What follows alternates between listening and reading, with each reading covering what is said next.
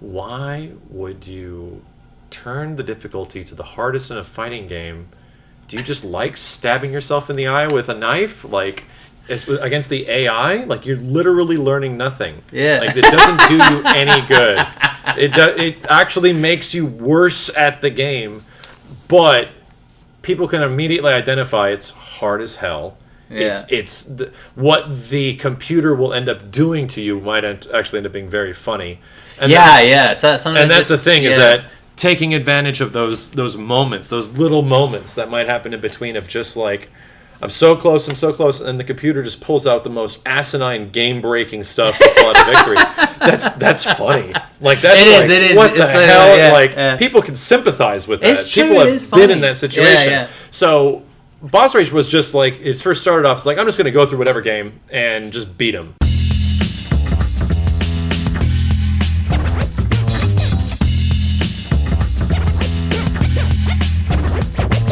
What is up, guys? Just a quick intro. If you're short on time, use the timestamps to go to the questions and topics you're most interested in. They are in the description and the pinned tweet for mobile users. There are also podcast options. The links are also in the description and the pinned tweet. Big thank you to R Street Fighter and my supporters for getting me out to Evo. Thank you so much. And a very special thank you to Maximilian. He kindly offered to do a collaboration with me, and this seemed like the easiest and most appropriate thing to do immediately.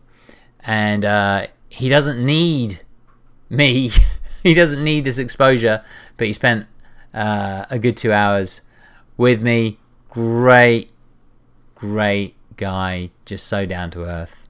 We're both lifelong Capcom fanboys, so we talk very candidly about fighting games, Street Fighter and Marvel, and also I get to talk to him a little bit about content creation and some of the things that he does.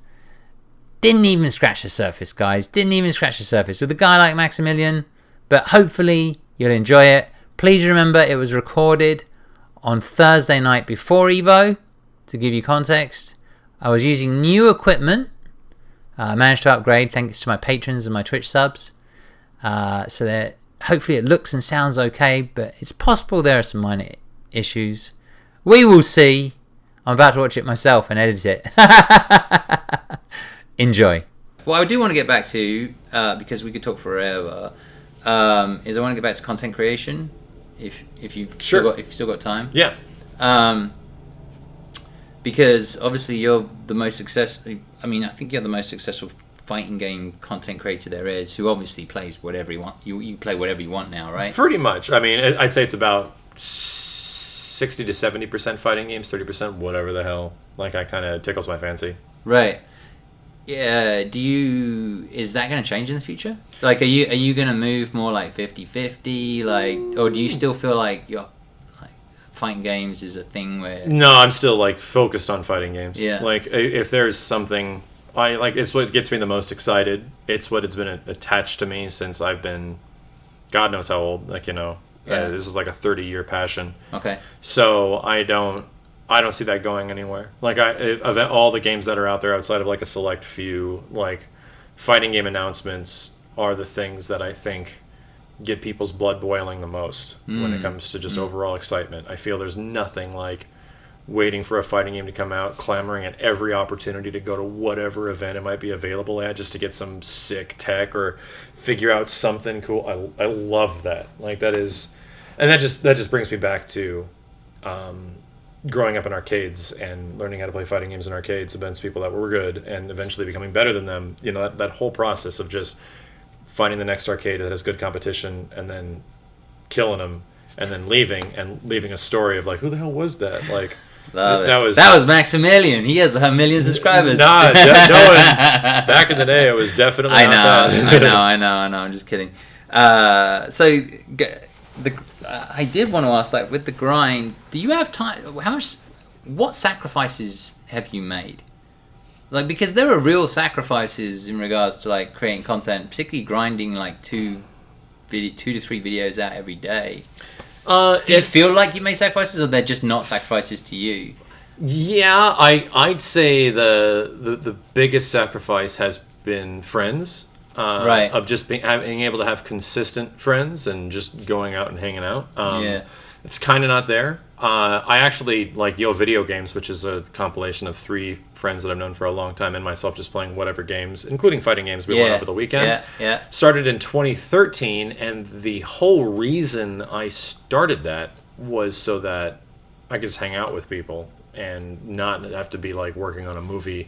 We can play things that aren't fighting games. We can play things that are fighting games. We can play whatever the hell we want, and sort of just make that a thing. Like at first, it was me and Matt Simmons, who was the guy who played Doctor Doom, and then eventually it grew to Kenny and Steve, who just literally came over one day and we just shot the shit and played Mortal Kombat in front of a stream. And I asked, "You guys want to come over next weekend?" Want to come over next just weekend? carried on, yeah. 6 months later, I'm like, "Can I start cutting what I'm earning with you guys?" Like, and they were like, "Yeah, sure." And that has been the relationship ever since. That's fantastic. Yeah, I mean, I think content creation can be a bit of a lonely business sometimes. It for sure can. Yeah, and I find one of the reasons, so quite a lot, I think to myself, I just want to make skits because that's what I loved. I actually love skits, right? That was being Assist Me when it first came out. Yeah, I'm like, I love skits. I love making skits. I love like pushing that button and just letting it out. I'm nervous, but I push that button and release it and just want to see if people enjoy it, if they find it funny, if they quote it, like are they enjoying this? Is my sense of humor, something humane about, I don't know what it is about wanting to be liked, maybe. Definitely been there. Probably that, right?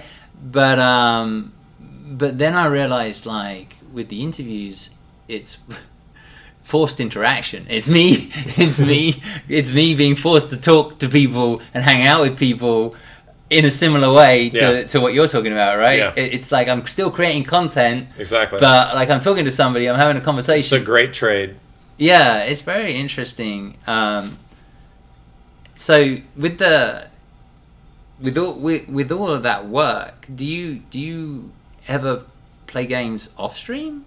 Do you ever play a game where it's not being recorded or it's not being streamed? Very infrequently. Very infrequently. Yeah. I was wondering about that.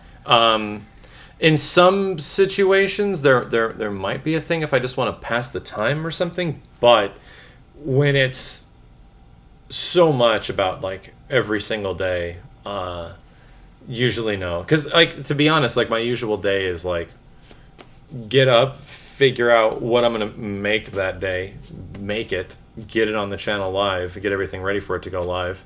And then broadcast for 5 to 6 hours, 5 to 6 days a week, and then try to find a day off. But my day off is making stuff still, because I have to make the videos to go up the next day.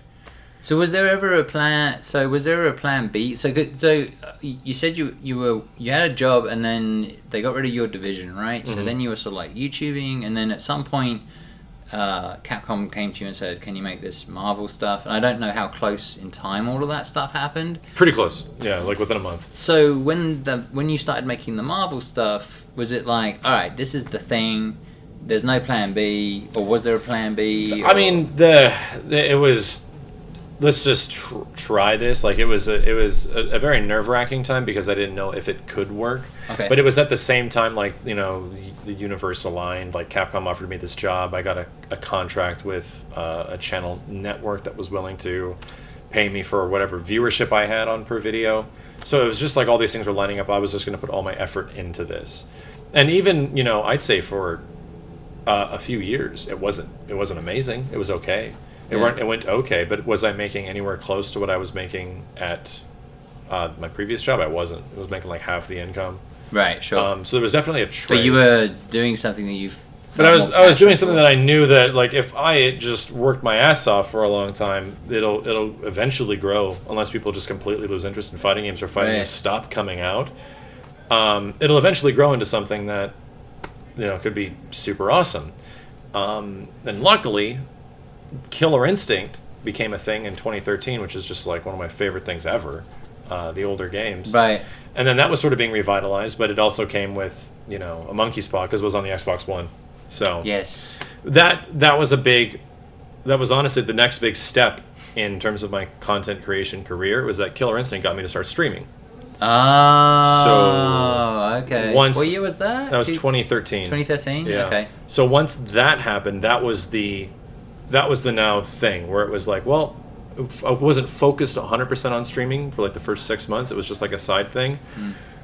But once it started picking up traction and people were caring just as much about the stream as they were at the YouTube channel, that's where it was like, okay, so this is just as important as the other thing is, and that's still true to this day. So at the moment, so you still push out a lot of YouTube videos, right? But YouTube has evolved, I think, devolved. Oh yeah, I suppose. And recently you had a lot of problems with various different types of videos, including Mortal Kombat. Yeah, I think still do. Still having a problem with that. I mean, how do you stack that up, like YouTube versus Twitch? Do you find do you need them to be hand in hand? Well, do you use YouTube to point people towards Twitch? Yeah, definitely. Yeah. Like what you mentioned is exactly what I did. Like I always would try to let people on YouTube know that I'm either live or something's happening elsewhere. Okay. But I'd say for a greater majority of like the YouTube videos, people would be upset if the content you were making was from Twitch in some way. If it was like being shared, people would be mad about that. However, really, 2 to 3 years ago, that changed, where people were actively wanting that. They do, yeah. Now more and more, and now no one really mentions that, like, oh, this is just like a Twitch archive edited up. People actually want that, and that was when I got the most growth on my channel, which is weird. Okay. So it was like identifying like what are people looking for, and that shockingly was it. So that was just a lucky situation where I didn't have to keep churning out, these Twitch streams, which I did use for YouTube content, but now even more so, where people like the sort of candid, non-scripted, complete thing. People don't really like things being scripted anymore. It's weird. Like, most of my videos were me talking over gameplay and describing what's happening and what's going on and analyzing it. Not as popular. Like, it's just weird.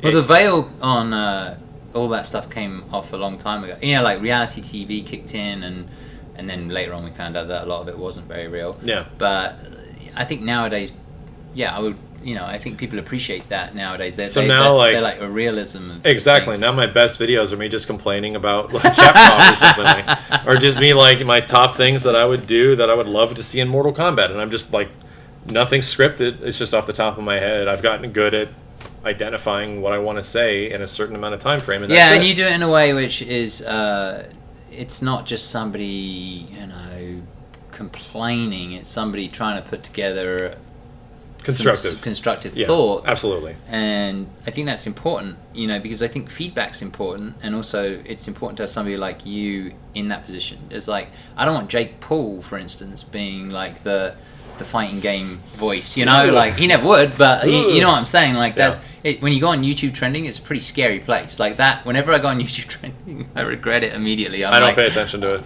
God, it's. I mean, it's not. I mean, it's controlled anyway, but it's pretty horrifying. Like it's just some dude eating 10 pizzas, or some Jake Paul being an idiot or whatever. Eating 10 pizzas. I mean, it seriously is. You open it up and it's like, I'm gonna do a skit on it one day, but whatever.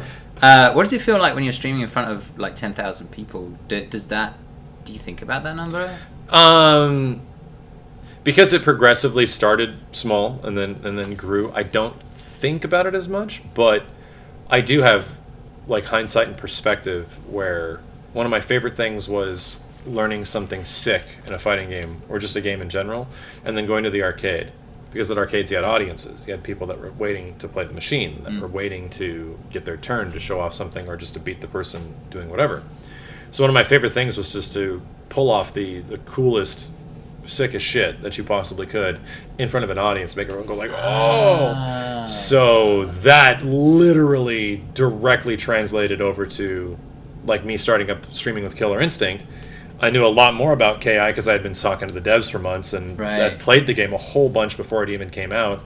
Like a very exclusive thing that I'd never really had the opportunity for in many games. And I just wanted to show everyone how sick this game was, like regardless of how crappy the system was. And that was that streaming moment where I was just like, oh, this feels just like the arcades, kind of, where people just get like, whoa, like PogChamp and some crazy shit that just happened. Okay. So that was a direct, like, big passion of mine of old arcade games. That's actually a really nice way to think about it. I've had a bit of an aha moment myself, because I've been thinking about that for a while, and yeah, interesting.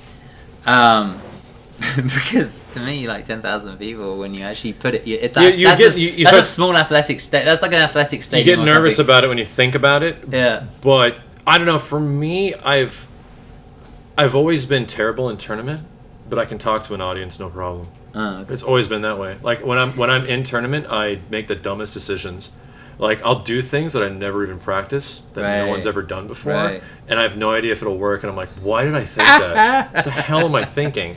So I've always been a kind of a crappy tournament player. I've had some small successes, but that's like just been a constant thing. And my whole tournament experience, which I did for 10 years of competing in fighting games, was just to do the sickest shit on stage. It was just to pull off some really cool thing. Okay. So it was always, I was never thinking about the winnings. Like whenever I would win tournaments, I would literally. You just forget. wanted the moments. I just wanted the moments. Okay, Yeah. that makes sense. There was never like, here's your $80 for winning. I would forget that there's money involved.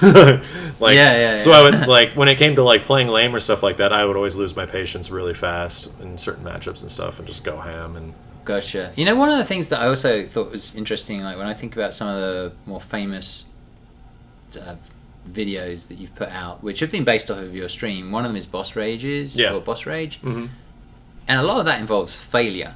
Oh yeah. Right? Is that like a thing?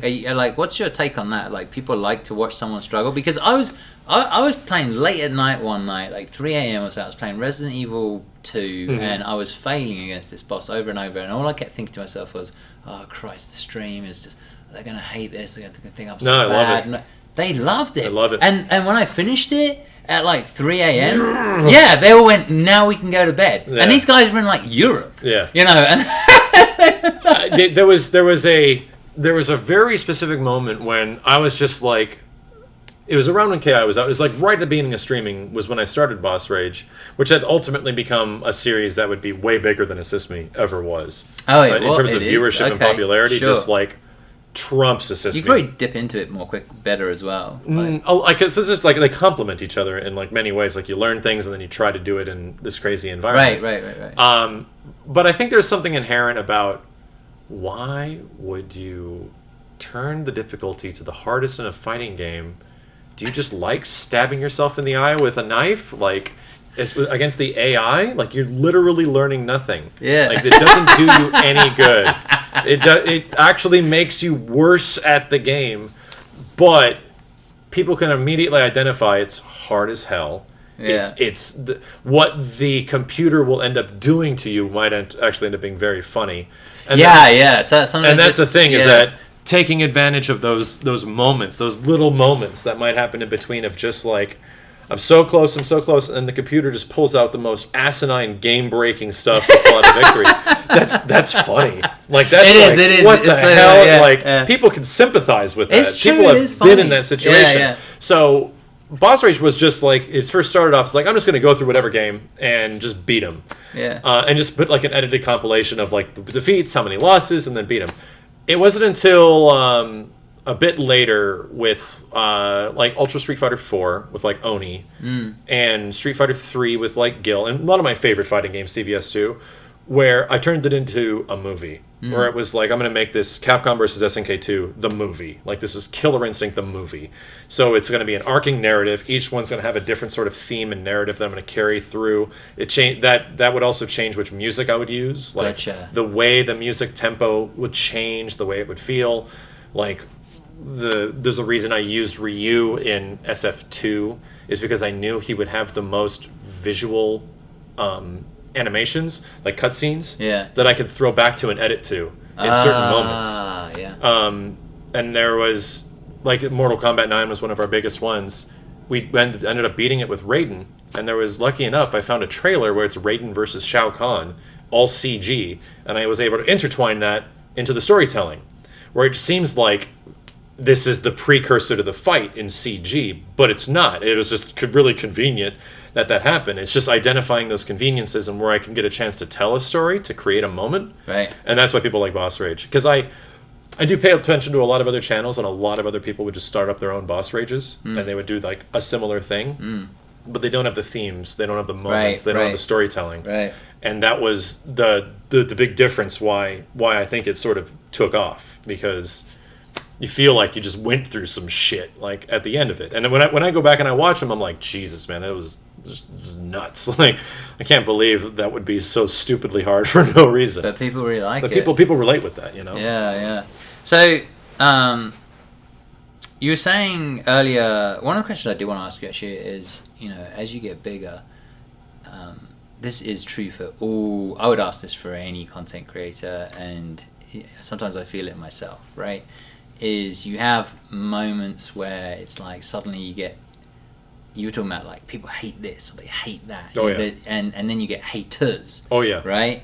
So like, did you when that started happening at some point when you were getting bigger, like how did you deal with that? And how do you deal with it now? Because like we were saying earlier, a lot of us content creators kind of want to express ourselves, kind of want to be liked, kind of want you to like our thing. I'm not making anything to piss people off. Yeah, right. You want literally the exact thing. I don't want to make people mad for me making something. So that was it was difficult learning that process at the start because you're not used to it. You're not used to that kind of like criticism, which is a complete polar opposite. It's not even criticism, you know, it's just attacking. So of course I dealt with a lot of that, but I think early on one of the things I kept telling myself was if you just keep going, they'll go away. Yeah, if you just keep going, you'll outlast them. True. You just outlast them. They'll lose interest, and that's happened every single time. I remember so many people. There have been like these specific people that would directly target you in many ways on a variety of forums or platforms. Yeah. Never hear from them again now. They're just gone. And that's because like ultimately their life, which is full of like specifically focusing their energy into like hating things, eventually leads it somewhere else. Or eventually leads it into a situation where they get put into a corner because of it, and now they don't have any time to do it anymore. So it is what it is, and I still, like I said, try to make everything I say constructive as possible. Yeah. Because once the audience does get bigger, you absolutely have more of a responsibility. And I would even say I would never have picked up Injustice 1 if I wasn't making YouTube videos. Because I was just a Capcom kid. Yeah. And that got me playing more fighting games. It got me trying other things that I had never really tried before. And that's great because now that's what I enjoy most about them is like learning some new crazy fighting game that I don't know much about, and it suddenly just loving it. Right. Gotcha. So I think that's true. It's interesting because as I've grown, I've come across, you know, different types of, you know, like sometimes you get the person who comes in and sounds articulate and intelligent and sounds like they want to have a debate, and you sort of, at my level, you know, you've got a bazillion comments, right? So you can't possibly entertain those comments. Maybe you can entertain one or two if you in the first page or so, but like I can talk to people of, you know, I used to at least. I don't really so much anymore because like some of the people who come in with what feels like constructive criticism actually turns out to be a bad faith argument. Yeah. You know, like I had a guy the other day who started a conversation. I responded. When I came back, he actually used the edit button to change his first statement based on my response. I was like, I can't do this anymore. I can't talk to people anymore. And that I do agree. There was a moment in making things where people would get mad and they're like, "Oh, you just like that because you like this," you know? And there was a thing where it's like, well, I'm not a journalist. I'm not a journalist. Right. I'm not an editor. I'm not reporting things like it's the news. The whole point is that if I'm talking about something that's newsworthy, I'm pretty much giving my opinion on it and why it is what it is, instead of just regurgitating information that's on a website. So why not embellish that? Like, yeah, I'm going to be biased about things. I'm going to absolutely be biased about things. Like, I am not going to hide the fact that, like, I love this certain kind of thing, which is why I'm actually going to be possibly more critical of it than before, than maybe something else. And why I might not be leaning towards these anime games as much. Would I be willing to try them and give them a shot? Most likely, yes. But does it mean that I'm going to love it probably as much as this guy that already loves this existing thing? That's what makes us people. Like, that's the whole That's the whole wonderful thing, is that everyone's going to have differences of opinions, and I'm going to love certain things. And if you like that, then you're going to subscribe. Pretty much is what it's going to boil down to. Like that was a part of me, like 500,000, just make the people that existing happy, and not try to like be like, I like everything. Like I can try to like everything. I'm like, you know what? No, I'm just going to do exactly. I'm just going to try to enjoy whatever I like, and if I end up liking it, then sure. Was there a moment where you almost gave up? Oh man, no. Where it was like after 2011 when I started doing this full time, and like a moment where it was so bad where I have to look for like a different job. That never happened. Okay, but what I'm really getting at more, I think, is you've turned a passion into a job, right? Not only that, the job is, based off of my experience and based off of what you've said, that job is pretty much all consuming. Yeah. Right? So I often wonder if there comes a point where you go, I hate all this. Once a year. Usually around February to March. Yeah, it always happens where it's just like, you're thinking about like going live on a stream or putting a video together, and I just can't get myself to start anything, and I'm like thinking of myself like going on a stream. I'm like, what the hell am I like? It all just comes. Streaming is particularly hard because you have to be in the right mood, right? Absolutely. There has been moments where it's just like, what the hell? Like, I don't want to do and it's just. And you wonder if going on stream is actually going to be bad. Yeah, absolutely. And then sometimes you do it anyway, and sometimes you don't. But I'd actually say it's like once a year. Yeah. Okay. Where you get like super burnout, and there might be a month where my output is about like half as much as it usually is. Half as much. Okay. And it's because I just need to be reminded of how much I love this. Okay. And it happens every single time it happens. It's like 9 years straight now or something. So. Okay. But do you like, because this going back to the grind, right? I can be a bit of a procrastinator, right? Oh, I'm huge. I'm the biggest procrastinator in the world. So, well, how are you able to do what you do and avoid? Do you have methods in place to stop yourself procrastinating? Like, do you not have moments where you just go, I'm gonna go lie on the bed for a bit, and I'm gonna watch this TV. I wish I could give you any advice, and I don't have any. Oh, okay. Yeah, because creative people are generally procrastinators. And yeah, it's a general thing. It's a generalization, but it's sort of true because the way I'd say but like you're far more successful than I am. Like creative people, generally speaking, your heads just go somewhere. So and sometimes you find yourself sitting there and you're like, what have I just been doing? And that's exactly it. I'd say the thing that actually motivates you eventually to get whatever started is that I have like a natural acute fear of boredom, of just not doing anything. And so much to the point where if you're just sitting around like watching things or doing something or watching streams or just not doing what you should be doing, like I actually physically builds up as a density in my chest that reaches to my head, and I have to do something about it. And the only thing that'll alleviate that is by getting something moving. Just getting it done. Okay, interesting.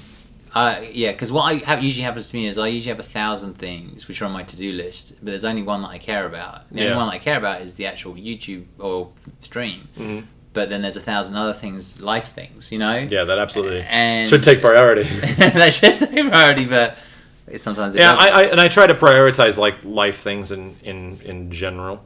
I try to make sure like family's important, my personal family at home and my relatives and family and everything like that. To the best of my ability. But could I be spending more time with my friends and my family? I could be. But they know that I'm happy, like, doing this. And so the moments I get to see them, the moments I get to go outside, feel so good. And that's the thing you'll understand as a content creator is going outside and how amazing it is sometimes. That's something I now do every single morning. I go outside. It is invigorating. It's wonderful. It is a thing when you're just... There has absolutely been moments where if I'm working on like an Assist Me or something like that, like a show... where it will literally be wake up, edit for 8 hours, find a time to eat something, stream for 6 hours, edit for another 3 hours, go to bed at 5 in the morning, and just do that over for like maybe a month. And Wow. you just and Wow. eventually you'll find a moment to go outside. Right. But I'm not even thinking about it just because like the motivation is there. Got to get this done. Got to figure out this shot. What am I gonna do here?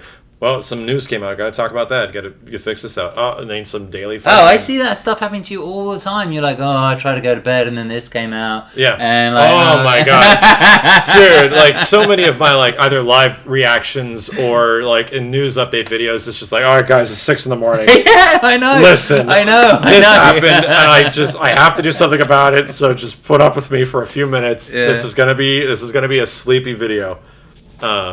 And I think people kind of appreciate that. Like they care as much as you do that you're like on the ball and you care enough to like make that thing as fast as possible. And that's just a big part of like staying in touch with your audience. So I don't want to hold you forever because we've probably been on for a while now. But I just got a couple more questions, Sure. and then I'll let you go. And by the way, I just want to thank you for your time. Oh, no problem. I know you could be streaming to 10,000 people. You know what I mean? Like streamers. Not this weekend. Maybe not this weekend, but there is. What did I want to ask you? This is the one I wanted to ask you. Which content or content series has surprised you the most? Where you push something out and then people just went bananas for it, and then afterwards you were like, "Oh, I think I understand why." Yeah, I think I know the answer. I would say it would have been Boss Rage, but Boss Rage actually ended up taking like a lot of effort and a lot of time and a lot of editing. Okay. So I get why people kind of got attached to it. A little thing called Rate the Super. And it's Oh yeah, that's wild. just like so. I have to say, that actually makes me jealous. Like, my body reacts with jealousy. And here's because I'm like, I could do that. Exactly. I'm going to tell you how I came up with it. There are YouTube channels that have existed for years that just compile every Super in Street Fighter 4, every Super Art in Samurai Showdown 2, like whatever. Right. And they just throw it into a video and there's nothing. It's just editing, chopped up. And I'll actually go back and I'll watch those. But are they valuable? Like, no. They're just like documentation, practically. Right. So then I forget what made me start it. It was just like an idea like on stream, which was pretty much what Boss Rage was as well, just a random stream idea of just like, how about instead of just documenting all of it, I go through each one, have some stupid arbitrary number scale that doesn't really mean anything, and I just spit off what I feel about each one and have everyone argue with me whether I'm right or not. Yeah. And I'm like, that's actually pretty decent interaction, and that's actually relatively easy to do and relatively easy to edit. Okay, sure, what the hell? And yeah, like, people eat it up, like millions of views just on me screaming about some stupid looking super. Yeah, I remember. I've seen the video. Jump Force or something. I've seen the videos in my suggestions a lot, and like you make so many videos, I can't keep up with them, right? So the ones that I actually enjoy the most are the real talk ones, like anything that's got topical sort of. Yeah, that's my stuff. That's because I have a marketing and advertising background, so whenever I hear you talking about games, like how a game is marketed, or you know, the one where you did one recently. Design decisions and. Yeah, there was one where you finished the video and you had DC Universe versus was it DC Universe versus Mortal Kombat? Yeah. And you were just like, look, you had piggybacked off the back of Momochi, then Jay Chenza, and then you made a video. Yeah, this was talking about why casualizing fighting games for like mechanically is not worth it. Oh, it doesn't work. Right, there's no proof. Yeah. There's no proof that that's bringing, because in advertising, when we're trying to get someone to buy something, we have this thing called barrier to purchase, right? Which is like, why can't I get you to buy that? There's a fight stick off screen, but sure. Why can't I get you to buy that fight stick? Sure. What is it? You don't like the color? Maybe I'll do some research with you. What is it you don't like about that fight stick, right? Mm-hmm.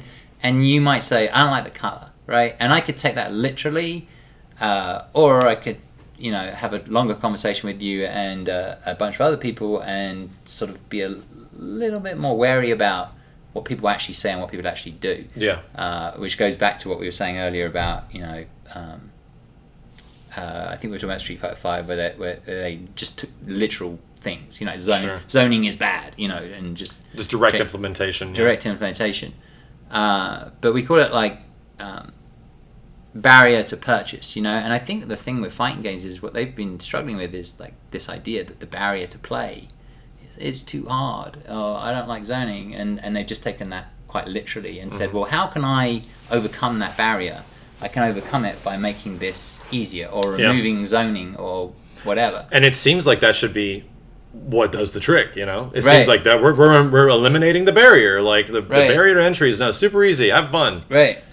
And it doesn't. Like the people that I call them the 90%. The 90% of people that are just buying the game because they want it or it has something that is appealing to them in it, which usually boils down to like characters or presentation, right? And that's what fighting games have to offer. And the big like outlying proof of this whole thing is that now Smash Brothers Ultimate is one of the best selling fighting games of all time. And mechanically, what did it do to bring more people in from the previous Smash Brothers? It actually made it harder. There's actually harder mechanics. Right. They went more deep on the mechanical depth compared to Smash 4 Wii U. But they also added everyone. Yeah, everything. They Yeah, put exactly. Right. Everything in it. What do you think sold that game? Right. So, Right. I mean, it really comes down to like, what do you want? Do you want to increase tournament numbers and the chance of people entering your tournament because your game is mechanically more accessible, or sell more units because it has a deeper, varied roster and looks good and has enough content, much less, you know, single, whatever, like stuff that makes it a full game instead of just a kind of a game where you only just, oh, you clearly just want me to play online. Or I can play online or do all this other shit that's in the game too, which is what usually most people are looking for.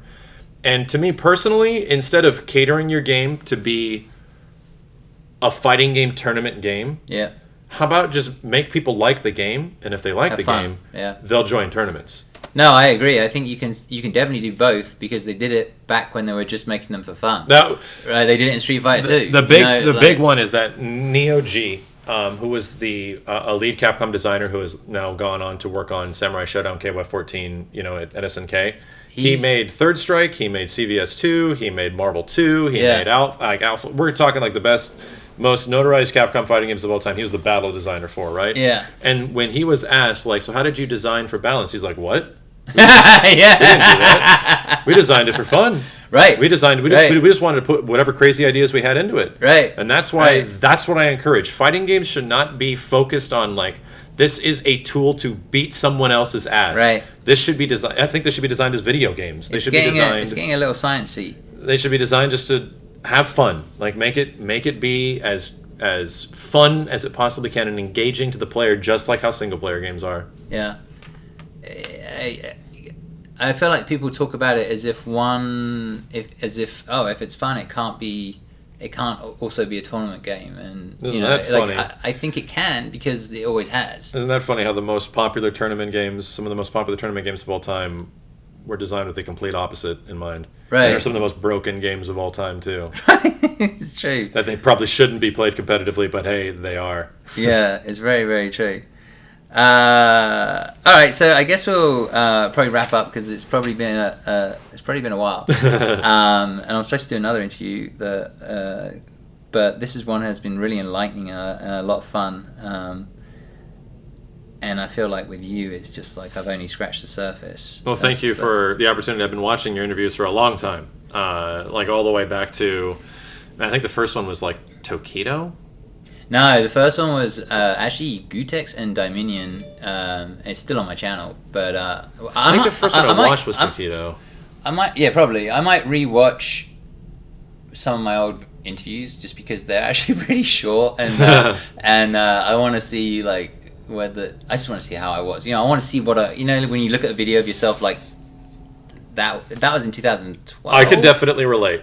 You know, like just want to kind of react to those videos. But yeah, thank you. I mean, when you mentioned that you remembered seeing me at E3, I was kind of confused because at that point I just definitely didn't think anybody knew who I was or what I was doing. I think it was like you seem savvy with fighting games, and there were people like having conversations of what we feel about it. And I remember like being with like L.I. Joe and like Combo Fiend or somebody, and we were just like talking about like what does V Trigger do, like how do V skills work, what do we use them for. And I remember you being a part of one of those conversations at that time frame.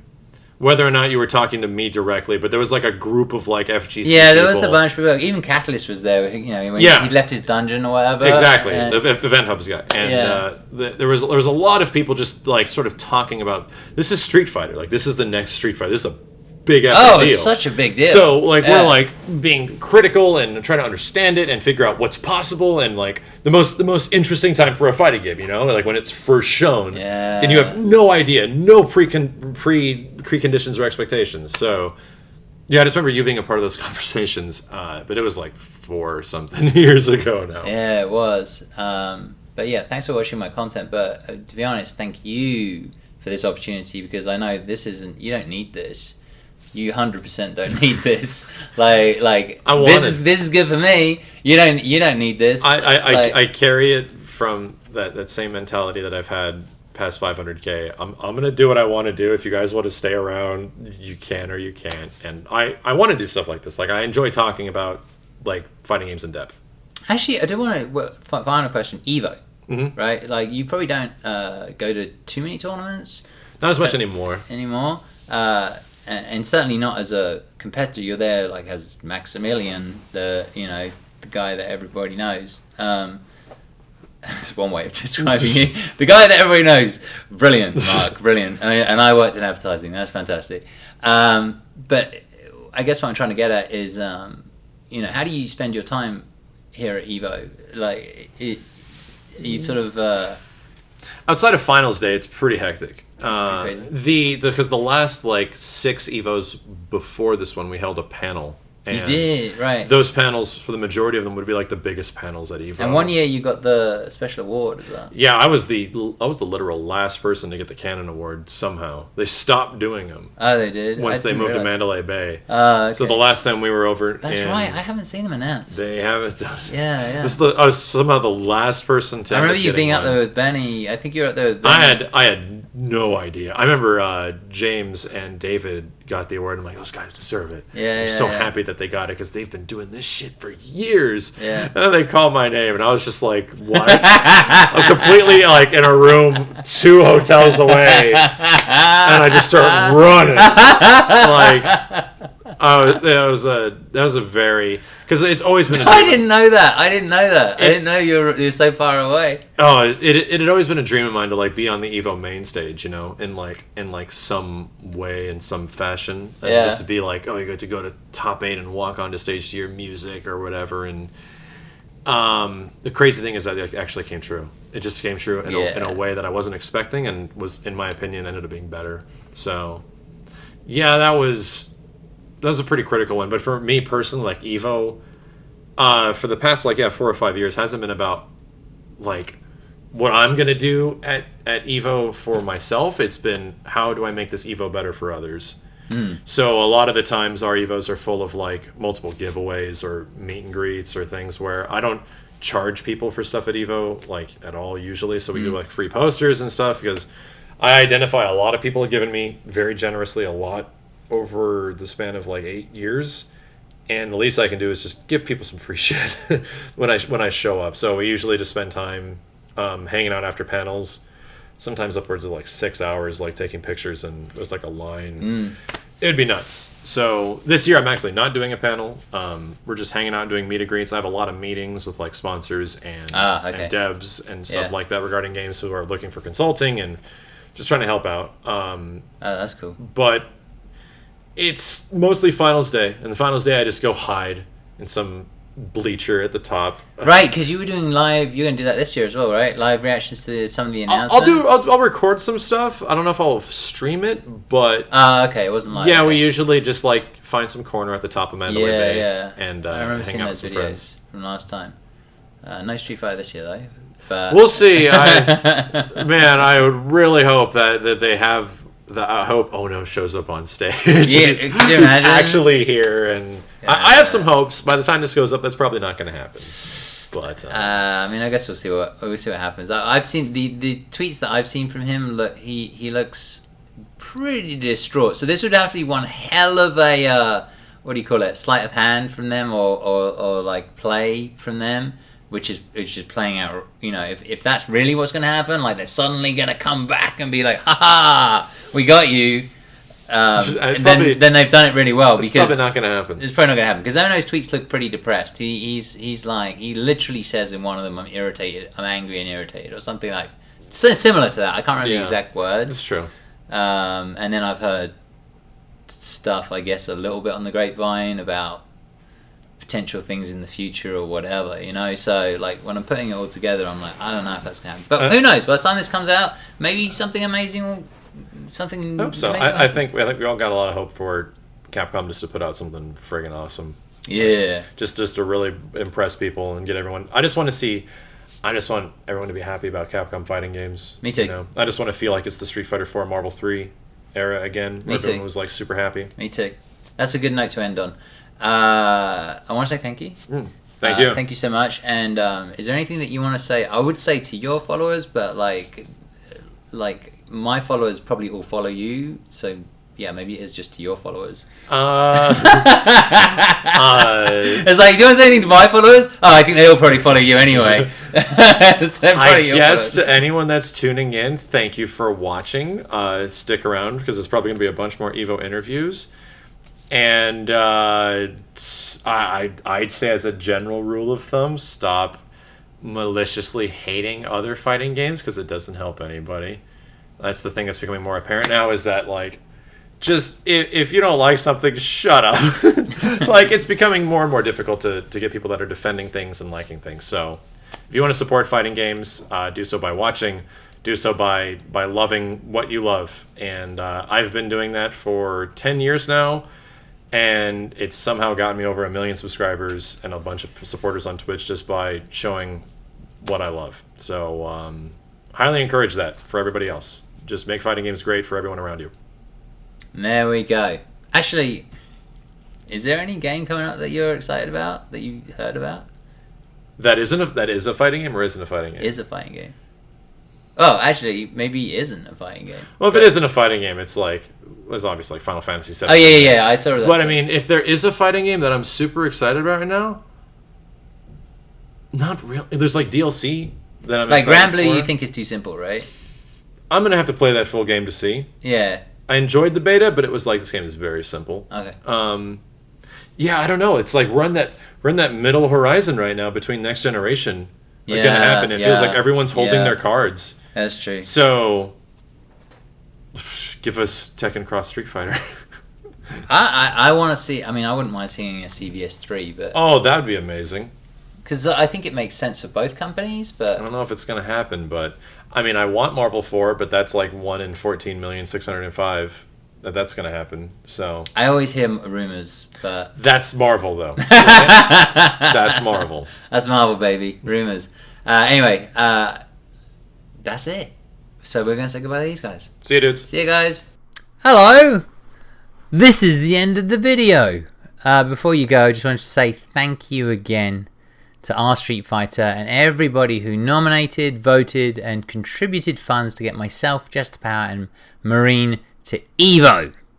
I also wanted to thank my patrons who are on screen now. There's a lot of you. I wanted to shout out, obviously, my biggest backers, Nathan Duncan, Terrence Harris, You Ain't Jeff, and Steven Sense. Thank you very much. Twitch subscribers, you also make a huge difference, but you get shout outs on stream. I'll be live on stream later today, actually. Check the links and details in the description below or the pinned tweet. Most likely 6 PM Eastern Time. Come hang out. I'd love to talk to you people. And look out for the rest of my interviews over the coming week. See you guys.